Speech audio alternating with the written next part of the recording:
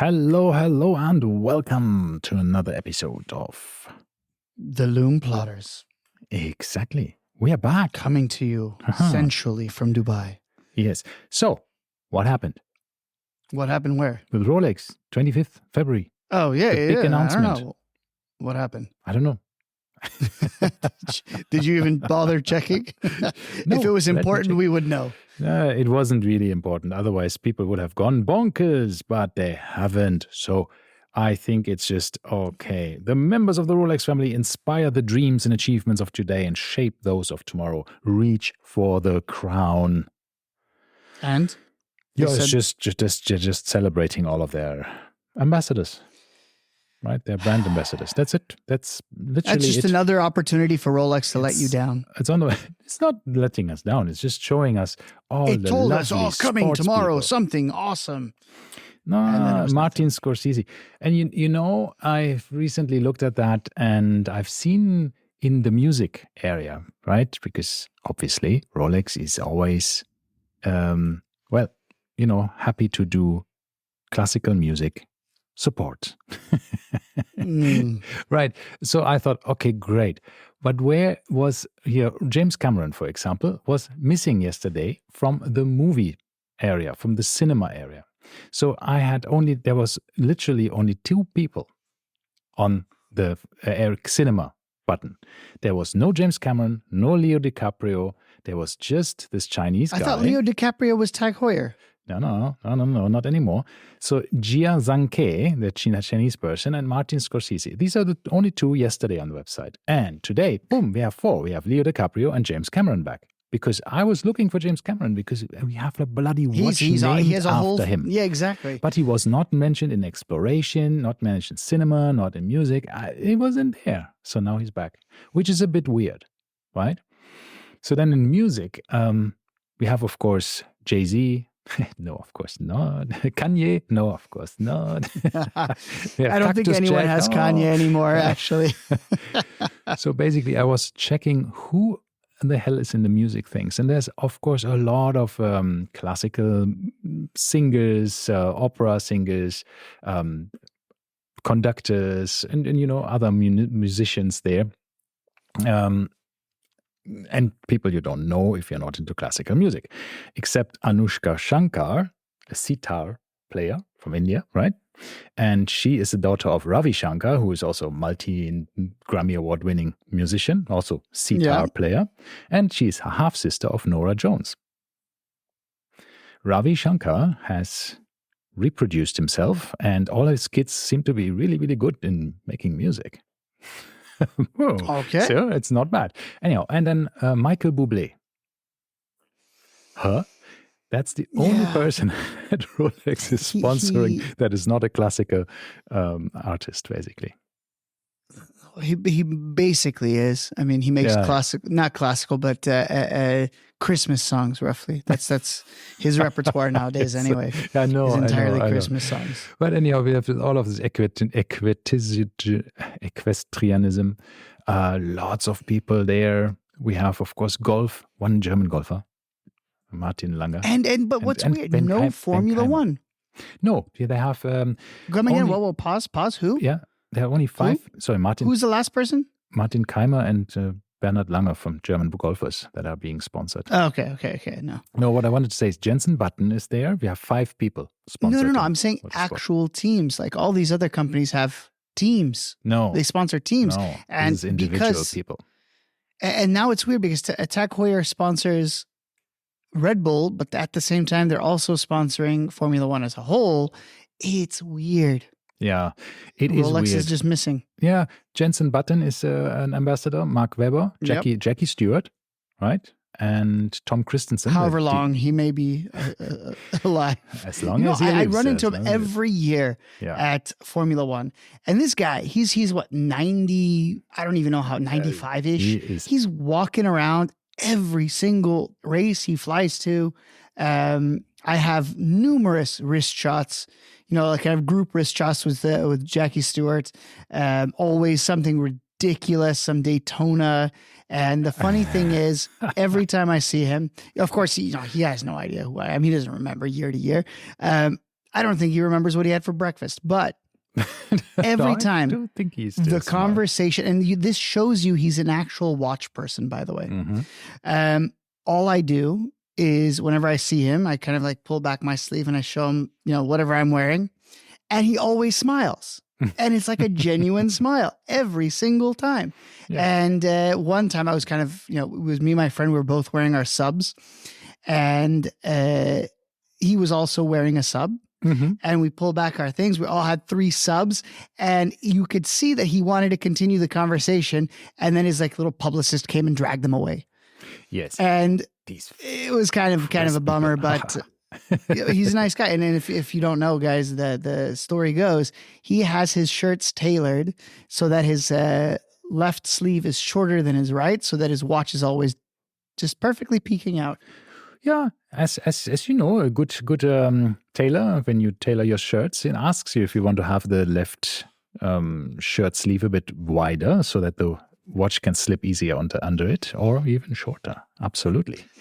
My issue is I think investing a lot in these, tailor-made shirts, I've always felt shirts don't last forever unless you buy them or unless you have a ridiculous collection of them. And that's kind of my issue, is that if you have, let's say, 10 shirts and you're wearing 5 a week, those 10 shirts are not going to last you very long. No. In my opinion, right? No, I mean, if you have to wash them after one wear. Every time you wash them after one wear. And then the worst thing is the washing machine for any clothes, right? So recently I've been, a couple of years ago, I just invested. I found a shirt that I like, and I have now probably 30 of them, different colors. And that way you're always kind of picking a new one out and trying not to repeat wear. And that way they last a very, very long time. Well, so, one of the things I have to say there is that fabric can also age if you don't wear it, right? So you have to be careful with that. Sometimes certain things do also get the age. It depends on what it is, right? So if you just have a cotton shirt, it's going to be fine. Yeah. Okay. If it's silk, if it's wool, if it's these kinds of things, then you might have a little bit of a issue. The thing is, it depends on how you store it as well. Yeah. Right. It's a good idea to vacuum seal them sometimes, right? Because then they definitely feel fresh. If it's for instance, if you're looking at a suit and you're not going to wear it for a very long time, if it's wool, vacuum sealing is a good way to go. Otherwise, leave them hanging with enough air to kind of circulate it. Don't use lint rollers. Have a proper fabric brush, like a horsehair fabric brush. Very nice for it. And then that way you're not ripping up the material every time you try to get the dust off. Yeah. Stuff like this. Take care of your stuff. It'll last you. I don't know how we got here. Let's talk about tennis. Yeah. Yeah. So, okay. No. On that bombshell, what are you wearing? Rolex has always done all of these guys, right? So all of these new things, and they just want to announce how proud they are of their ambassadors. Yeah. Okay. Next topic. What am I wearing? I am wearing my Vacheron Constantin Overseas Boutique Edition Blue Dial. Oh, I thought you were wearing the Pagani design. No. The Pagani design Overseas. You know they have one, right? Really? No. Yeah, I was on the Pagani design site today. So I think the question is, what does Pagani not have? It gets really, really nerdy. Really? I found a Pagani design Doxa Sub 300. No, really? With the orange dial. Yep. I don't really know what the question to is think about why. That. Yeah. It's already such a nerdy watch, and it costs $60. And it's a mechanical 300-meter water resistance, it says. Oh, man. I'm just seeing their website, and you know what stares at me? It's the golden green dial Speedmaster and the 2 pink and light blue Tudors next to each other. Also, all of the colors of chronographs, what's it called? The OPs are there. Tons of stuff. But, I mean, that I understand. But who is buying a fake Doxa Sub 300? Oh, no. I mean, look, there are fake Casios, man. I mean, the F91W the Skako is or whatever they're leaking called. The Skmee. Yeah, so $100 for a fake. As I said, they are fake. Speedmaster. They are fake Casio F91W. So that means that watch is only $10, $15, right? So you can make $10 if you fake it. Sprite, left-hand drive, Rolex GMT Master 2. Okay, let's find the weirdest thing on here that shouldn't have an homage version. There is a... I found one. I found one already. You tell me what you find, and then we'll compare who has the more obscure one. I mean, the Richard Milles and stuff. I found one that was extremely obscure already. Well, I have one of the latest releases, so I think it's a Rainbow Zenith. Skeletonized dial. Yeah, chronograph. That is pretty weird. No, it's actually not is it a Zenith or is it actually a Daytona? Hard to say. I don't know. I don't know. Yeah, okay, what is yours? I found an Omega Bullhead, which is the cushion case with the rally strap. No idea. This is the Omega Bullhead was from when? Late 70s, I think. Why in the hell are they? No. Oh, sorry. Hold on. I apologize. It seems like Omega, in their infinite wisdom, have created a modern version of the Bullhead. So there is a Bullhead in the current lineup, I think. Yeah, no, it says sorry, this watch is no longer available, but it's modern enough to be on the site. So that is a very, very obscure reference. They even have a Pagani design tourbillon for $150 or something, which shows you the balance wheel. It's a skeletonized watch and it shows you the balance wheel on 6 o'clock. So it's not a tourbillon at all, but it's called tourbillon. And for a lot of people that don't know any better, it's like the Bugatti. Something is moving on the front, like these open heart watches where you can just see the balance wheel spinning back and forth. And people think that's a tourbillon. I think this is really one of these bad things where people get uneducated from watching mechanical watches because they think this is a tourbillon, but it's not. Because they name it tourbillon, just showing a balance wheel. Puff.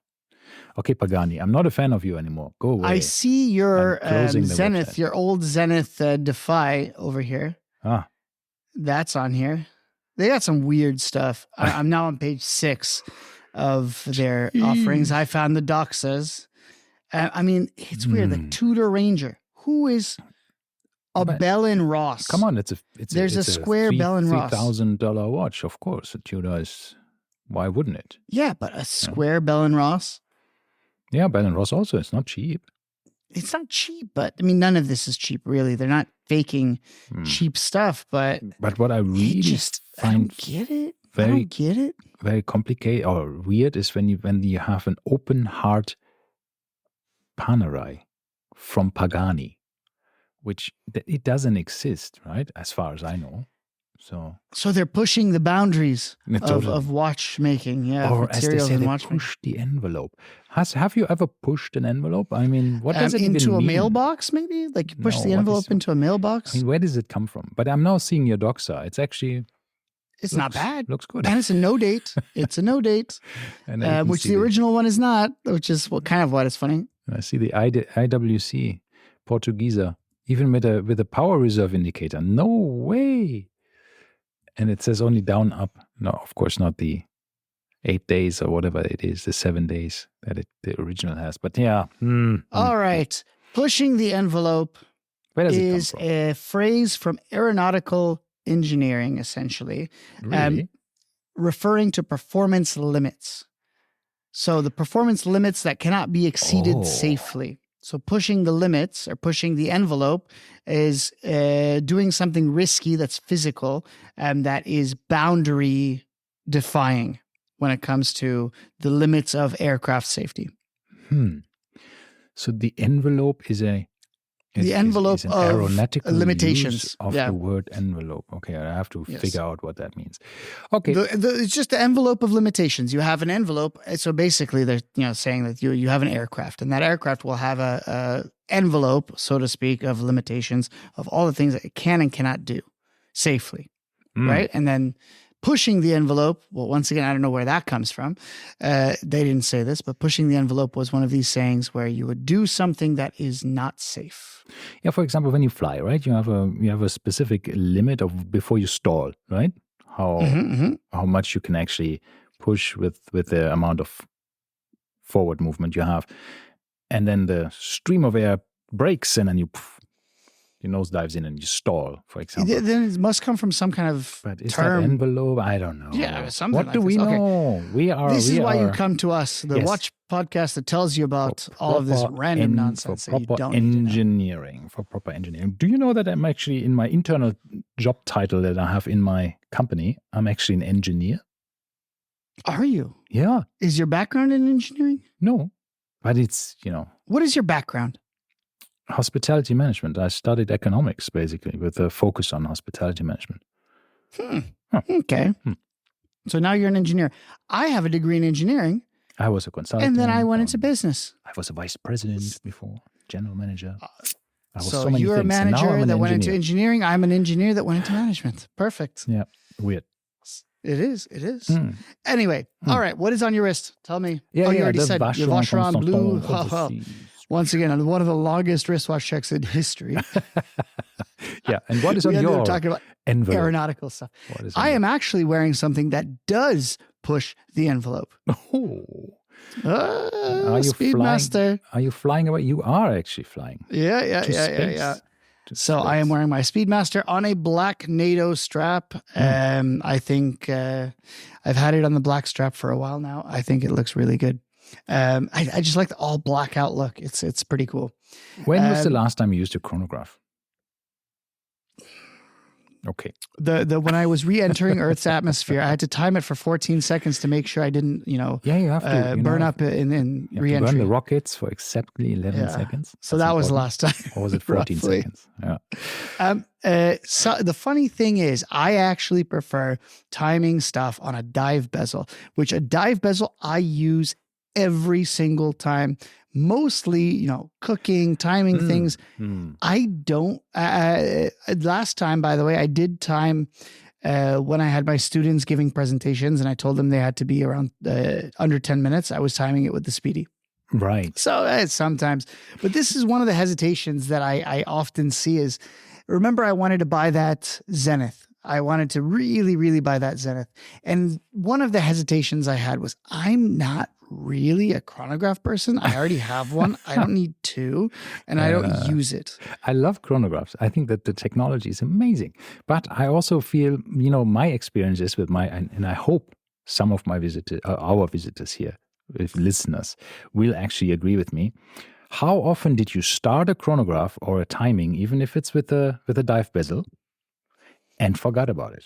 Yesterday. Because I think it's probably 90% that I try to time something like, let me see how long I'm walking the dogs today or something. It doesn't matter. And then 90%, 9 out of 10%, I forget that I started something. Yep. And I do this on my dive watch all the time, and I'll look at it. I'm like, why is my bezel not aligned? And I'm like, oh yeah, I was timing something. Yeah. What happened to that? Exactly. It literally happened yesterday. I was wearing the Oris and I was timing something, and who knows what it was. Okay, I'm not alone. That's good. No, absolutely. And then I come home and the Speedmaster's ticking, and I'm like, I started it. Don't remember why, but still. That's why I like my G-Shocks, right? Because I usually then do the other way around. I actually do a timer, countdown timer. Yeah, because it ends. Which, by the way, beeps. Yeah, but my Oris is a countdown timer. So the bezel is a countdown bezel. Okay. And that is something that I do use. Easily forgotten as well, though, right? No beeping. Same, of course. It's always the same. You forget about it, right? So, But I've timed a lot of weird stuff in general with my chronograph.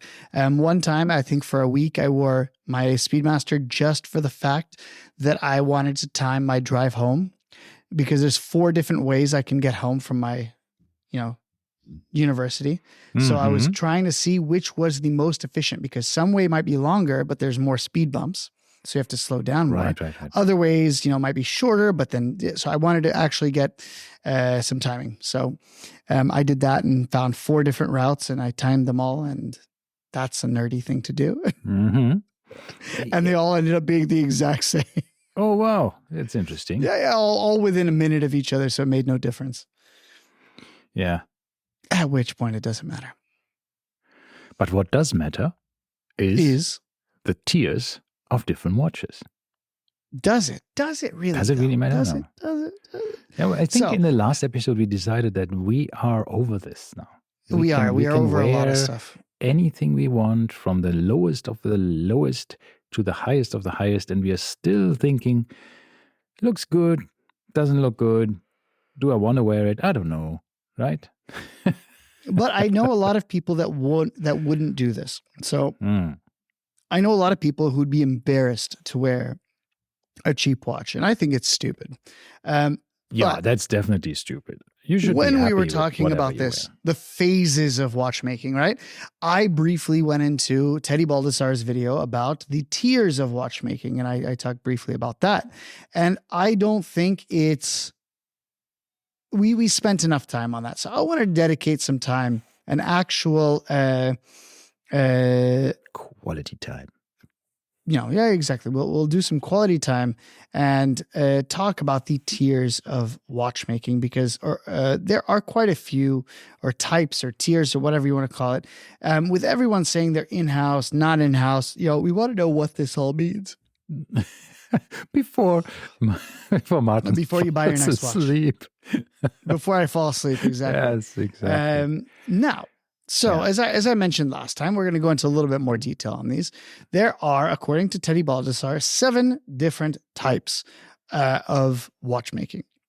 Okay. The first one is what they call and this is not, once again, this is not to be confused with when we talked about in-house versus not in-house movements. We've gone beyond movements in this case. Now we're talking about the manufacture of the entire watch. That is dial, case, hands, movement, bracelet, so forth. So there's quite a bit involved, right? So we want to talk about what is what. And the first tier of these people, of these watchmakers, are the people who do some kind of final design and or just assembly. Yeah. So they do not make anything themselves. They just then maybe put it together. Otherwise, maybe they do some finishing touches like the box. They'll box it up and that's about it, right? Yeah. And in this case, the one that often pops into my head for this is Baltic. Honestly, they say on the box, on the tin, it said made in wherever and assembled in France, right? Yep. What does that actually mean? Designed in California, made in China. Yes, Apple, exactly.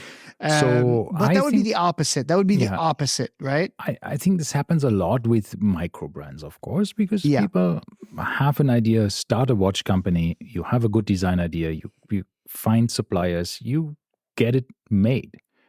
You don't want to start your own manufacturer or your own, fabrication facilities and all of this stuff. So you basically just get this watch somewhere produced. And you can even find people who do this after-sales service for you and all of the stuff. You can outsource everything nowadays. I mean, the watch industry is so mature that you find suppliers for everything. I know from brands like, for example, Montblanc, that have for their lower tiered watches, they basically don't see Montblanc. They actually are done by complete outsourced, let's say, Sellita, for example. I'm not so sure if that's still the case, but I know that somebody who's been to this factory many years ago, the Sellita factory, and he saw multiple brands being actually manufactured at Sellita, right? Yes. Not just the movement, it's just the entire watch was made there. And this is and they can say made in Switzerland for this. Totally, and it's 100%. And they also have now AMT, I think it's called, the higher end, where they actually customize the movements for customers and all of the stuff. So you can even claim that you have a manufacturer movement. We'll get into this as well. There's a category for this as well. What I wanted to say in general is there is so much going on in this watch industry. As I said, some people who claim they do everything themselves and it's fully in-house, and the watch is made somewhere else, which is, as we discussed before, so bad because transparency always wins. I feel it just is silly to say that to people who don't care, because people who don't care for in-house manufacture because they don't even know the difference, right? Yeah. Why do you care for these people? They don't care. They just want to watch. They see the price. I can afford it. I buy it. And people who do care, they are very, very bad. They have a bad taste. That's a bad taste. Leaves a bad taste in your mouth when you know that a brand is lying to you. It's not nice.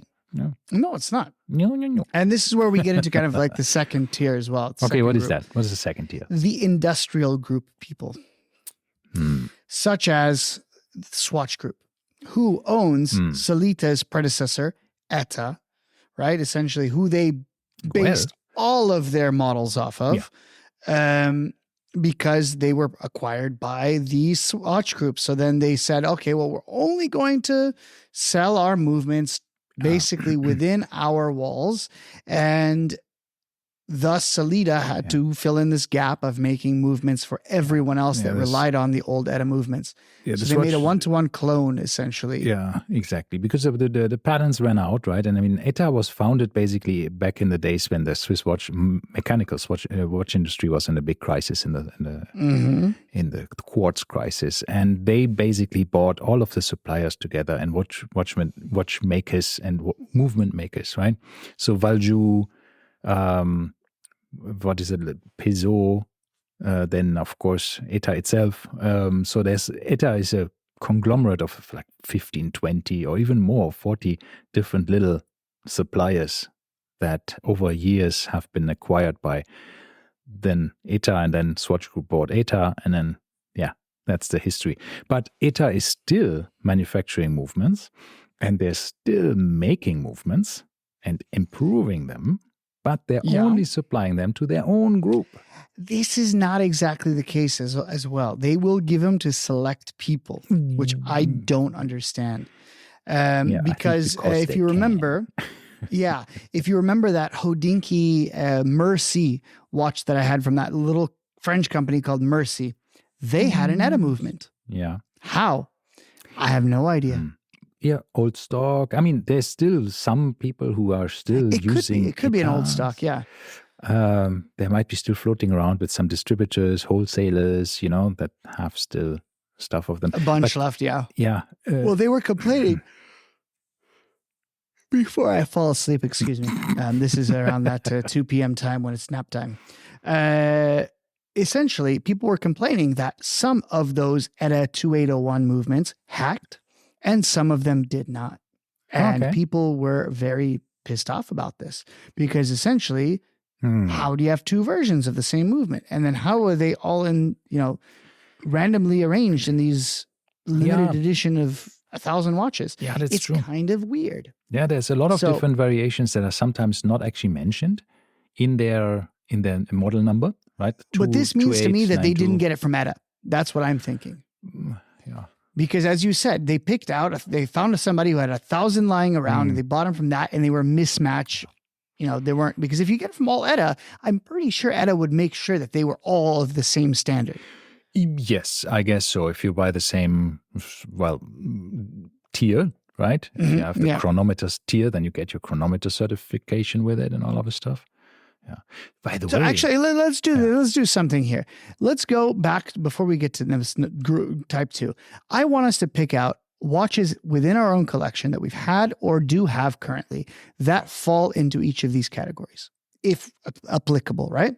So, do you have any of these watches that were just simply final design and assembly people? Wow, I need to check my Timex. Timex probably, Could Timex be, wouldn't do much. right? Yeah, your Timex for sure. It said Hodinkee Timex that. Yeah. It's essentially just it has a ghost made date. in China. Yeah. Also, recently I read somebody about the ghost date. Like, why do you care if there's a ghost date position? And people, I care. I care. I a know lot. we are watch people. I hate we it care so much. Oh God, it's so it doesn't so really annoying. So annoying. My day is ruined when I hear the date change without a date. Click. No, I had as I said, I had the Mercy Hodinkee watch that I sold, but that one was the exact same, made in Switzerland. It says, right? I'm assuming in the Salida factory somewhere with an ETA movement, so it wouldn't make sense. Maybe not Salida, but somebody made it somewhere. But then boxed, I'm assuming, put into a box in, Yeah, I don't know. I don't have a Baltic. I don't have any of these at the moment. Baltic is a good example of this, of course. Okay, let's move on to the type 2 we were just talking about, the industrial groups, which this is technically not the tier yet where we start seeing proprietary to the brand levels of stuff. So one example of a watch that is an industrial group, 100% would be the Cartier Santos that I had. That movement, I think nothing much was done to it. It was the La Jouperet movement or whatever it was. That was it La Jouperet? No, I think it's their own. Oh yeah, it's the other one. The not Piaget, but no, I think it was. I don't know. I mean, that was. I think it was their own. Who do they own? Who? Val Fleurier, but Val Fleurier. Yeah, it was a Val Fleurier movement. Correct. I think it was designed for Cartier, and then became a Val Fleurier movement. Basically, they said, "Okay, what do we have?" And then they just put everything together. But it was never mentioned to be exclusively a Cartier movement. Well, which one was that? Because we can check that on the MC. Yes, 1918 something in 1918 something. I wonder if it's in other watches. Calibers, it is. It is definitely is. The 1847 or the 1904. 1847. Which one did you have? I don't know. Let's say the 1847 because we know this MC. This is a self-winding movement. Is it shared movement between groups?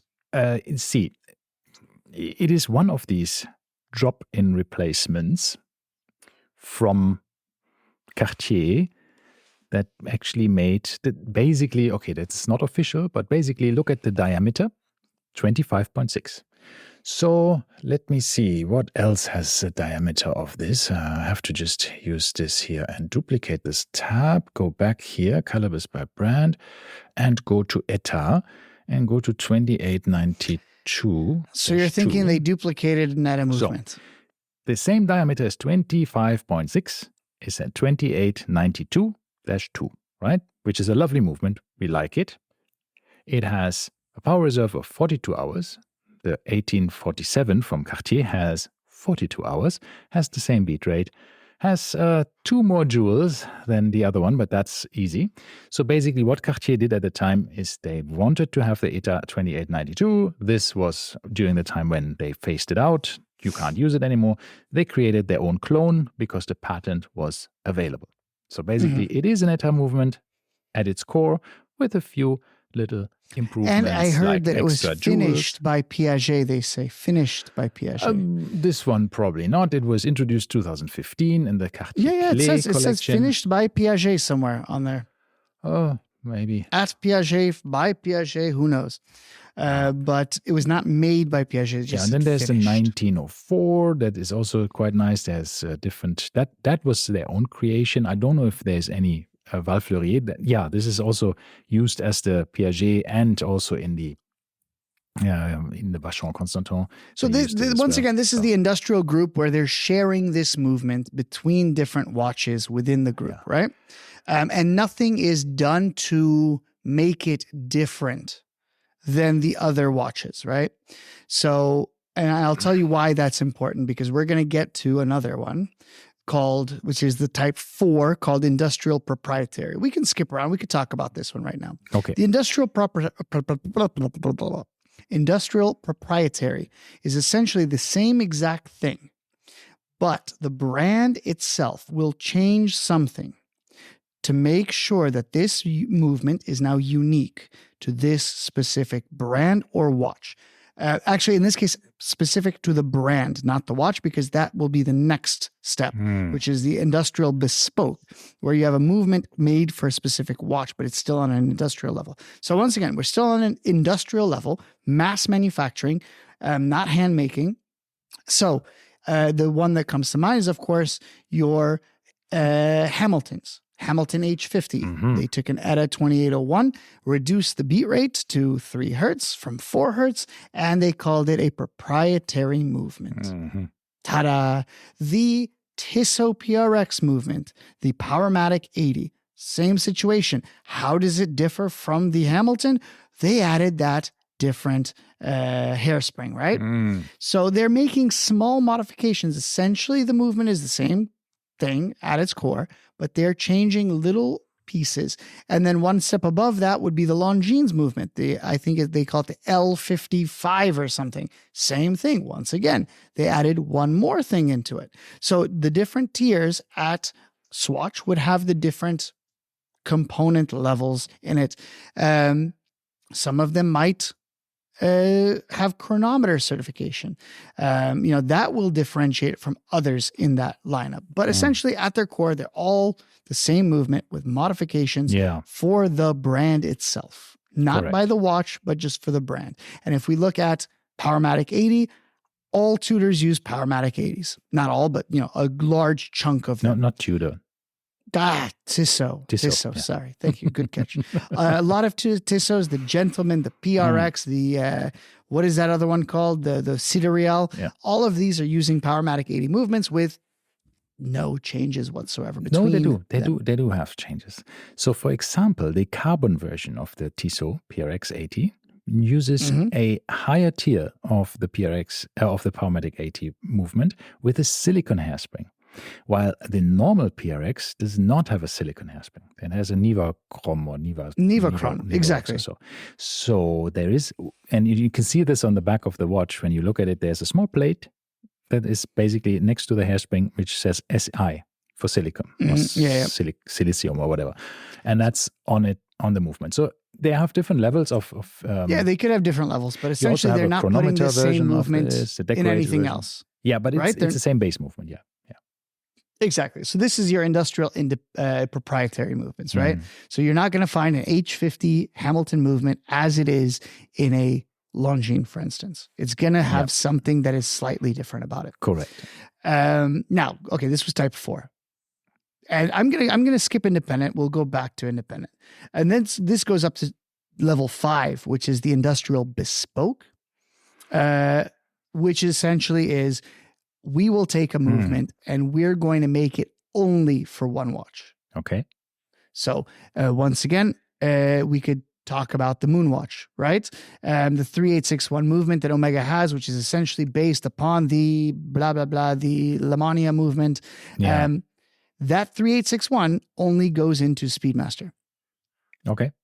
Right? They have other chronographs, but they're using Valjoux 7750s and other different things, mostly modules, on top of regular movements, but they are not using the Moonwatch movement. Even in other Speedmasters, aside from the professional, they are using other movements, right?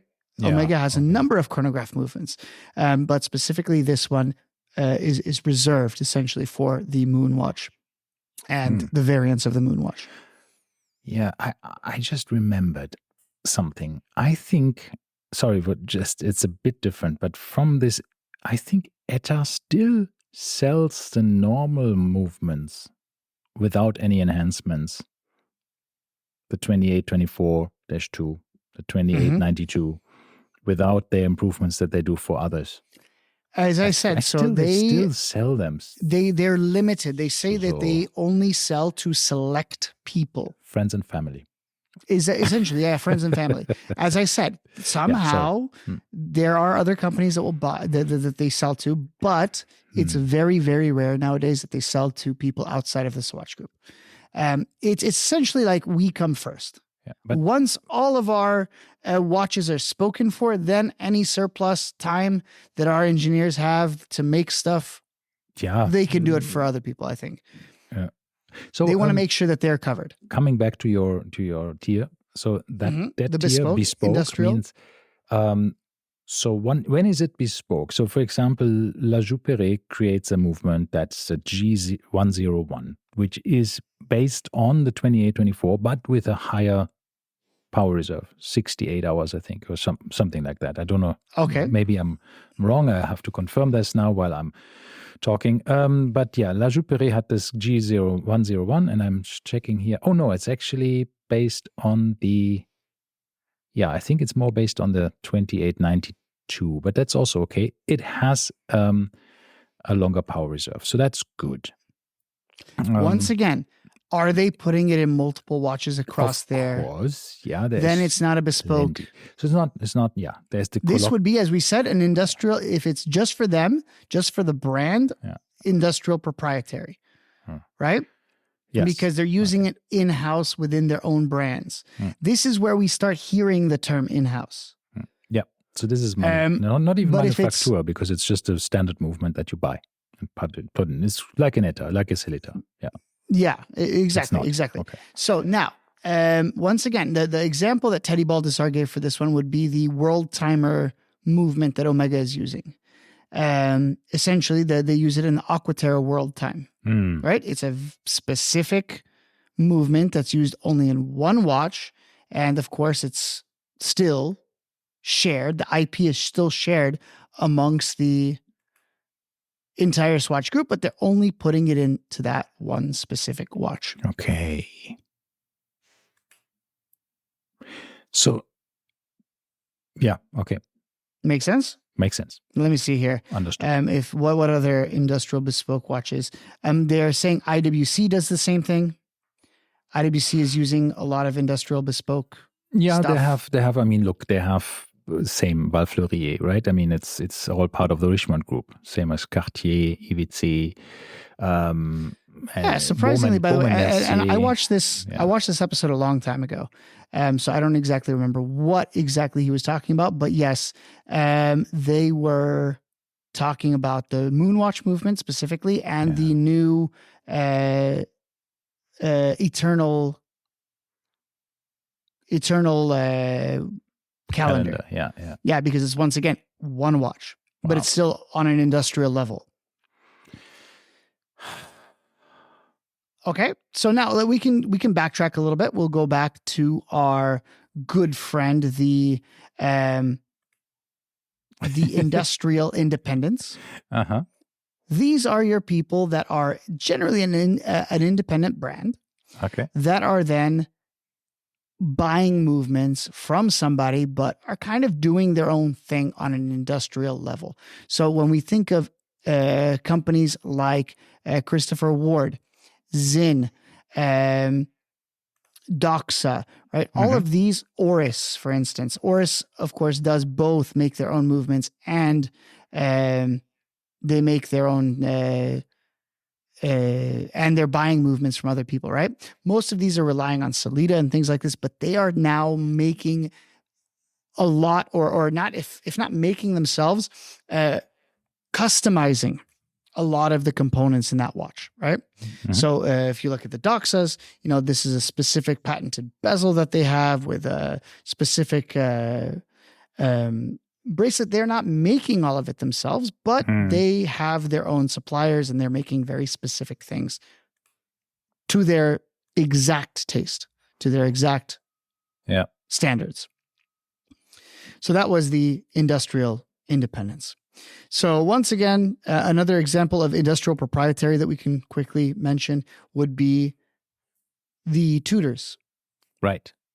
For instance, a new Tudor, what is it? The Black Bay 58 GMT has a brand new movement that is only in that one specific watch. Yep, that is true. At some point, if it goes into multiple watches, then it will once again go down to the industrial proprietary level. But as of now, it's technically bespoke to that one watch as it is, right? Yeah. So, I mean, look, they own their movement manufacturers, so similar to Rolex, who they didn't own until 2004, I think.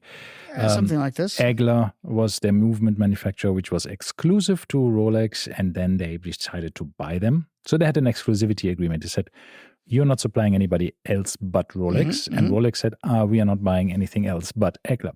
So it was a very close relationship. And these families had relationships for 100 years. So basically they said at some stage, we have to buy you. We have to be a proper in-house. And Kinesi was founded by Rolex for Tudor as their movement maker. And apparently they thought, well, Tudor doesn't make that many movements for themselves because they restarted the brand basically, and they didn't know how many they produce. And they thought, maybe we should create a model where we can actually get others in, right? Have an opportunity to supply other movement watchmakers with our movements, with keeping it relatively exclusive too. So they formed Kinesi. Tudor owns 50% of them, so the majority shares. 20% are owned by Chanel. Another 20%, I think, owned by, forgot who, somebody else. Breitling? No? I don't know if they have a share. They had a big, close relationship, and I think they had a technology partnership because they exchanged movement as well between each other, right? They got the three-hander from Tudor, and Tudor got the chronograph from the B01 from Breitling. So, which, by the way, is an example of an industrial proprietary as well, right? So or depends on how much they change the movement. If it wasn't changed at all, if it was B0 plug and play, it would be the industrial group movement, right? It's not, because they actually have made a change to it. Because what Tudor did was basically change the regulatory organ again, as always, right? They basically made it into a what was it? Silicon hairspring they put in, and some free sprung balance, whatever. They have made some changes to it. So this also reminds me of the Zenith Daytonas, right? That was industrial bespoke. That was industrial level, but that was a bespoke movement to that specific watch. 100%. And it's what wasn't made by Zenith. Basically, Zenith gave them the movement and said, and then Zenith gave them an El Primero movement. And then Rolex, they essentially took everything El Primero out of it, right? So to a certain extent, they started with it, making it slower. So from 36,000 to 28,800. Then they also made a lot of changes to the movement to make it more robust and easier to reliable. Service. Yeah, because that's always what Rolex is so famous for, reliability and easiness of servicing, because they have to service so many of them. So exactly. It really pays out. That's another good example of that. All right, now let's move on. Let's move up the chain. We're now, up until now, everything was done on an industrial level. There was minimal hand finishing, minimal hand work. It was mostly done by machines, right? Then we get into horology, where we're still sharing stuff. We're still not making all of our own components. We're still kind of, look at Richemont. They share all kinds of stuff between each other, right? However, funny enough, Richemont Tag Heuer also uses Kinesi movements in some of their watches. Yeah. And Richemont is known, once again, what's it called? Vacheron Constantin was using ETA movements in the 1850. Is that what it's called? What is it? 1850? What is it called? 1850. The 56 is using a Val-Fleurier movement, a Cartier movement, which was based on an ETA movement. No, that one is not. That one has a double barrel. The one that you sold to Adrian. Correct. That one was it was based on an ETA movement. No, that's a 1326. Are you sure? No, the 1904. This is based on a 1904, not the 1847. The 1847 is based on an ETA movement. The 1904 is a Val-Fleurier and Cartier developed movement with a double barrel, which is their own development. It's not based on an ETA. And that one is pretty nice. As I said, double barrel, 48 hours power reserve. It's a really nice movement, and that is also being used in the Polo S Piaget as the P1110 movement, and it's also the Val Fleury. IWC also uses it, by the way. Really? Yeah. Apparently, that's new to me. So this is which movement is this? It's the 1326. What is Vacheron called? 1326? Yeah. Okay. So if you go to Watchbase, for example, you go to Vacheron Constantin, you go to 1326, you see that it's basically saying not in-house. Yeah, it's based on the 1904 architecture produced by Richemont's Manufacture Horlogerie Val Fleury, finished, assembled, and regulated by Vacheron Constantin.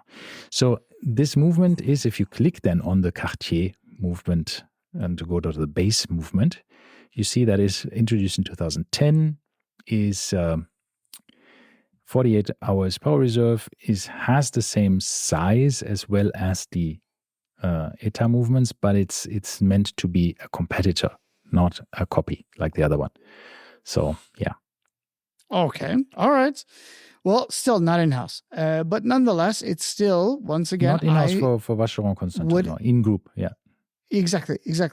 But it's still haute horology because it's going to be highly finished. It's going to be well finished by hand, most likely. And these are the things that we look for in haute horology. Even though I had this movement, and it was introduced in 2018, and I had this watch, and it is extremely exquisitely finished by Vacheron Constantin, and it is assembled and regulated by them, I would not call this haute horlogerie. Das Movement is not. The watch itself... Das Movement, das Uhrwerk is not Hochtechnologie, is not high horologery. It is, I would say it's lovely, and I loved it. I think there's a really wonderful watch, and I would buy it. But by definition, is it hand finished? Is there hand working going into this watch? Yes, and this is what they were saying about haute horology here. We're not talking about it has to be fully handmade. We're not even into the standards where we're talking about a watch that is entirely made in-house, right? We're just talking about adding the concept of hand, based on my large amount of handwork. Based on my own looping and microscopic inspection, I would say there are a few pieces where a human hand has actually touched that movement or movement parts. Not just the rotor. The rotor definitely is hand finished. So that's one thing, but so their example for this was the 222, for instance. They called that haute horology. And in this, Teddy Baldassarre also says any example of classical craft, such as hand painting, enameling, these kinds of traditional traits, as well as guilloche, are considered haute horology. Yeah. We have to remember, I think, that brands like Audemars Piguet, Patek Philippe, and Vacheron Constantin, in their mainstream watches, right, the bread and butter watches, have only started like 30 years ago to make their own movements for these watches. But we're not talking about movements. We're talking about dials. We're talking about other aspects of the watch in this case. Remember, we're not making the mistake of calling it in-house movements and therefore it's haute horology. We're looking at the whole watch, right? We're looking at every aspect of the watch in this case. So, for instance, by this definition, the JLC Reverso that I have was the last of the haute horology Reversos because it has a guilloche dial and it has engine turning on the caseback, which is no longer done. Now they have replaced it with plain dials and laser engraving on the caseback. So they've upped the price and taken a step back and essentially cut out everything that was difficult to do by hand. Wow. And remember why. We went to JLC's talk on this. They said there is one lady that does this, and she's been doing it forever, and every single JLC watch that comes through, She does all of the guilloche work on it. But guilloche, I understand, but engine turning, I mean, just doing the perlage on the back. The perlage, exactly. The perlage. But the perlage is, I mean, this is just, it's very simple. It's easy, yeah. But it's once again still something that is done by hand most often. Sure, but you in can this case, do this also by my JLC machine. Reverso, it is done by hand. It's weird that something. Right, it's a hand-operated machine to overlay those circles. Yes, but you can do this. You can automate that. Some brands do automate that. I mean, once again, you can automate guilloche as well. Look at what Rolex did. Yes. And thus not making it horology. CNC machines, there's also such a big, we had this discussion in one of these independent watch groups that I'm in, where people, micro brands and independent groups, where people talk about the different levels of CNC finished guilloche. And there's depending what machinery you have and what precision you have and how you can program these machines, they can be extremely good. So a good CNC guilloche is, as some people said, might be a bit better than a really bad manual work. But here we are once again saying that, I should wear an Apple Watch instead of my mechanical timepiece because it tells time more accurately. Right? This is the exact same thing. Hand finishing versus, machine finishing. Of course, machine finishing is going to be better. No, it's not necessarily better because they say in a lot of places... It's going to be more accurate. Not really. They say that hand finishing, Philippe Dufour, for example, says that he can, and I think this is... We'll get into Philippe Dufour in the last category. Real masters of their craft, you can be more precise with hand finishing. Because, and this is what Lange & Söhne watchmaker told me as well, they're saying, because of the little tolerances that certain pieces have, and they're in microns, but still, and that's why they built, for example, at Lange, watches 2 times. The first time is to make sure that everything fits to each of the parts. Fits together. Yes, and there is where the hand finishing comes in, because they make it just so that they're saying that every watch is basically absolutely unique, because you cannot take one part from this watch and put it in another watch. And put it into the other. Yeah, exactly. The tolerances are too small. Yeah. But anyway, the point is, in these watches, we're still buying components from other people. We're not making the bridges. We're not making the, the straps or the bracelets or the cases ourselves a lot of the times. We are buying this. We're not getting our own sapphire crystal.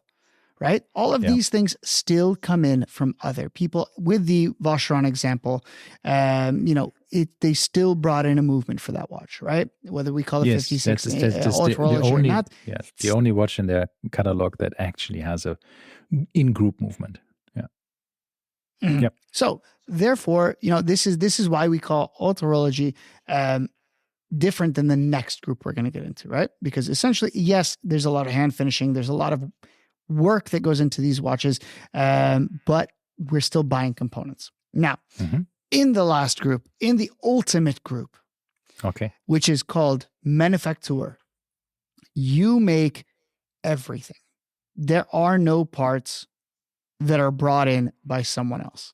So Rolex has become this essentially because they have bought all their suppliers, right? But that's, we can say whether this is, a manufacturer or not. We can argue either way. They just bought all of the things. On the other hand, we have companies that are actual manufacturers that have always been, such as Seiko, who have always made every single component, as we mentioned in the last podcast, from their crystals to their, I was saying sapphire and glass crystals, to their quartz crystals and their quartz watches. Everything is made in house, right? Everything is made there. The same thing goes with, the Philippe Dufour that you were mentioning, or Daniel Roth, or these extremely high-end Roger Smith. These guys are sitting there working away, making component by component on every single watch. Yep. And that is what an actual manufacturer is. But not to be confused with Kinesi.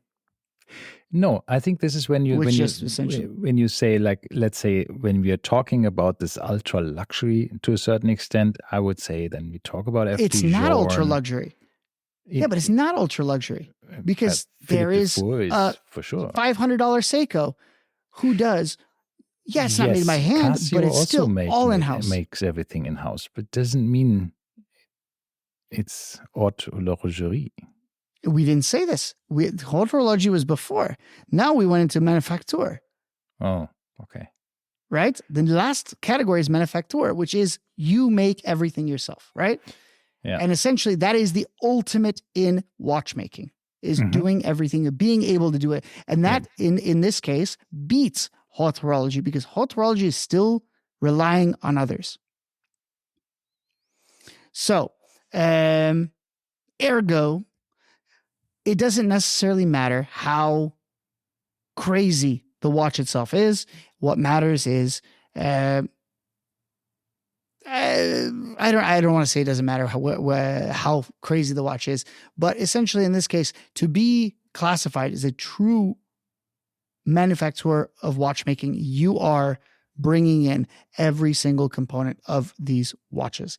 And that is, of course, an extremely difficult thing to do. And that is why only a very, very, very small percentage of watchmakers, only a very, very small percentage of watchmakers are actually able to bring in all of these components and do everything themselves. So it's extremely rare. Yeah. Yes, Ralph. Ralph is nodding along, saying, I agree with you 100%, Martin. You're the best. But I mean, look, then Philippe Dufour is not a manufacturer, right? I mean, he doesn't do his dials I didn't himself. say Philippe Dufour. You did. I said Roger Smith. I said, did I say Philippe Dufour? I might have said Philippe Dufour sits there and freaking brushes the I saw him. He went to what's it called? He went to Grand Seiko to teach them how to do beveled edges. Yes, and with the traditional method. And I think that's my point. I mean, when you go into this level of making stuff yourself, I don't think Roger Smith, for example, would do their own crystals, because they can't, right? You cannot grow your own. I don't know. They could get it. They could get a piece of glass and shape it themselves. I mean, I'm pretty sure he shapes it himself, cuts it himself, shapes it himself. No, I don't think so. You know, sapphire. 100%, 100%. No, you see them with the spinning wheel, and they're literally shaping the glass themselves to get it down into the proper size. 100%. They're buying a block of sapphire from somewhere, but they're doing the shaping themselves. Yeah, I would bet my left foot for it. Okay. I'm not betting any body parts, because I need them. But, and if they don't, we can put them down to haute horology with all the rest of them, and we'll keep Seiko and Casio up in the manufacturer. Sapphire crystals. I don't think that actually, because it would be so expensive to do. What do you mean? Seiko does. Yeah, but because they have so many pieces that they can do it. But they also make a lot of hard legs, right? So, you know, they have the still tiers, right? Mineral crystal and the sapphire crystal. But generally, I think there's a few manufacturers, one in Switzerland or two in Switzerland, and then there's a few in Hong Kong and China. So there's not many sapphire crystal makers in the world anymore. I'm trying to see here if there's anything about Roger Smith. I could be wrong. Making his own sapphire or making his own crystals. So it's just very easy. I'm just asking our AI. Does Roger Smith make his own sapphire crystal? Roger Smith is the only British watchmaker who makes everything by hand. It depends on your definition of everything. He does not produce his own sapphire crystals. These are typically sourced from specialized manufacturers. Ask him for sources. While he handcrafts many components of his watches, including the movements and cases, he does not produce it. Okay, there's a source. One is from... Except he makes everything except crystals and springs. Yeah, see, mainsprings as well. This is one of the things that only there's I think a handful, 10, okay. 12 different producers in the world. Then we de-tier him. We tier him down to haute horology. And the only true manufacturer in this world is Seiko. And we end on that. Seiko is the best. Absolutely. You're right. I mean, if you want in-house, Seiko. go Seiko. They're the only ones. Seiko is the is the only true in-house. Yeah. So on that bombshell, I think it's time to end. Okay. I hope you guys enjoyed this wonderful, riveting talk about the tiers of watchmaking. Yeah. I still am fascinated with doing everything yourself, but then the crystal, man, it ruined it. Sorry, no Roger Smith for me. I would have seriously, who's paying this kind of money? And then the crystal's made by someone else. Yeah. Who probably buys them out of China, AliExpress, Temu. To be honest, I mean, now I'm probably getting fired from our podcast, but some of these Roger Smith watches look really not that amazing to me. They don't look good. I never liked any of them. And all these people are like, oh, Roger Smith. Once again, if that's your goal, to get something that's made by hand and every component is made, go get yourself a Crador. Yes. Everything there is going to be made by hand, and it's going to be finished better than Roger. Not finished better, but it's going to be in-house, made to, whatever specifications. Yeah. But I am, I never really liked, I don't like the Philip Dufours. I don't like the Roger Smiths. I don't really like, many of these other brands that kind of do this same little niche genre of watches. I think they're ugly. I'm not going to wear a watch that looks like it's from the 1850s. I'm sorry. It doesn't go with my Barbour coat that I'm wearing right now. Oh, okay. Yeah. The weather has turned. I put the Barbour on, right? So, right. In case it sprinkles. Yeah. But anyway. It did today here. Although Roger Smith, what does he wear? Rolex, no? An Explorer. An Explorer. That tells you everything you need to know. Even he doesn't wear his own watches. Okay, that is of course a bombshell. Now you are also getting fired from the podcast. So that means our podcast is run only by AI now in the future. Speaking of podcasts, I have a bone to pick with Mr. Stephen Pulverant. Oh, right. Did you see he started a new podcast? No, did he? Called The Enthusiasts.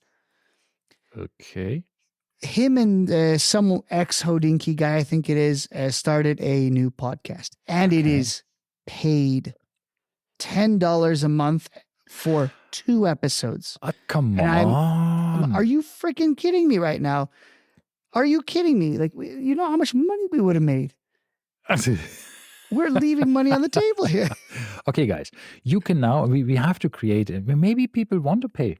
We don't even allow them to pay. If you want to pay, please message us and we'll send you our bank information to wire over. A Patreon account or something, or buy us a coffee, these kind of little account things where you can spend $1. I always feel it's kind of loserish to do this though. Like, I mean, if you don't want to do it for free, don't do it. That's kind of my, unless it goes into your actual work life, unless it's like Adrian Barker, who has literally quit his job to do this.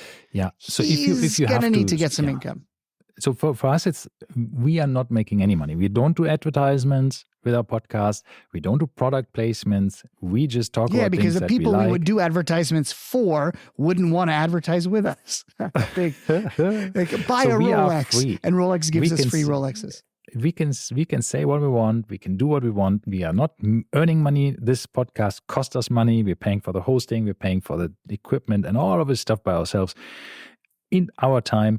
And we are not getting a free watch even for that. So not even a free Swatch watch. And we didn't know anything for it. So that means we have the absolute independence from anybody. We didn't get a free strap from anyone, right? Although we were recognized at the IWC store. Remember that? We were recognized by the manager. Yes, we got recognized once. Oh, you're the guys. So, well, technically twice, because what's his face? Julian also knew us. So 2 times. Yes. There you go. Well, there you go. I mean, that is our fuel. The recognition we get sometimes. Sometimes the 2 times over 3 years. Awesome. I love it. Keep up the good work. And on this bombshell, we will continue doing it until we are bankrupt. or dead, either one. Or totally fall out of love with watches like we said in the last episode, and we're done with it. Or fired. Or fire. But even then, I still feel I would be interested in the topic. I just wouldn't be interested in buying anything. I mean, we have our ups and downs when you're into watches and then you're not so much into watches anymore. But yeah, somehow we always pull ourselves together and record and make an episode. So, all right. And on that bombshell, I think this is the 5th time we've said it now. Okay. It is time to end. And bye-bye.